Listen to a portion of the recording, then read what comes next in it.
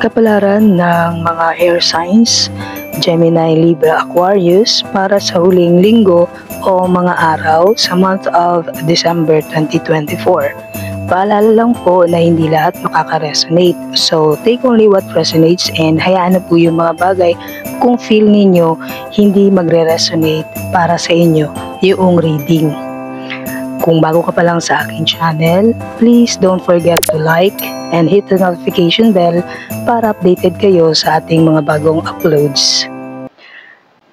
Mag-umpisa tayo sa pag-ibig o love ng mga air signs. Please be reminded na this is a general reading guys. So now, pagdating sa love or pag-ibig ninyo mga air signs, maaaring magkaroon ng rekindling ng isang dating relasyon o pagbabalik ng isang mahalagang tao sa buhay mo o sa buhay ninyo. Maaaring ex, kaibigan o kapamilya na magbabalik kung nagkaroon man kayo ng mga tampuhan before o kung ano pa man, ipinapayo sa iyo na panatilihing bukas ang iyong komunikasyon. And mapapansin mo ring magiging or nagiging mas close ang relasyon mo sa mga mahal mo sa buhay. Kaya again, kung may tampuhan man, ito na yung panahon upang magkaayos kayo. Kung ex man yan, and kailangan nyo ng closure, tapusin nyo ng maayos. Kung pamilya man yan, kailangan ninyong magkaayos, pag-usapan ng mga hindi pagkakaintindihan para pareho kayong may peace of mind. Ngayon, para naman sa mga single, maaaring makakakilala ka or makikilala mo na ang isang tao na magpapakilig sa inyo, air signs.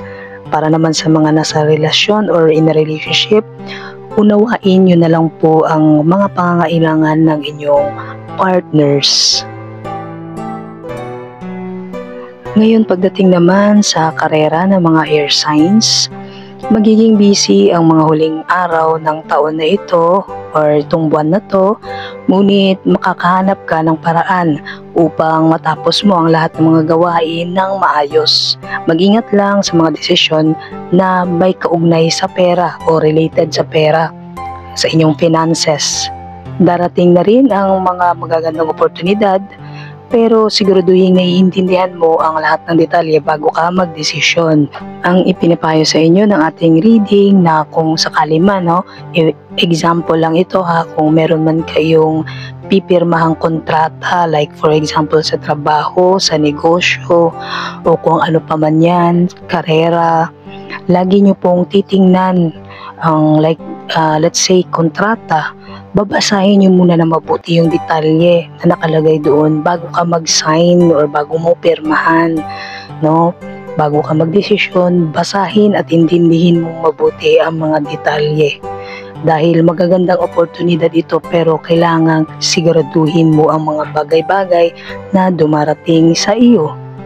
At bukod sa maraming opportunities ang darating sa iyo, marami ding idea na papasok sa isip mo. Ngunit pinapayo dito na piliin lamang ang kaya mong i-execute. Huwag mo masyadong i-overwork ang iyong sarili, at dahil baka ang kalusugan mo naman ang magiging kapalit nito. So in all, sa iyong karera, ipinapayo sa iyo na mag-ingat ka at wag basta-basta magtitiwala sa iba.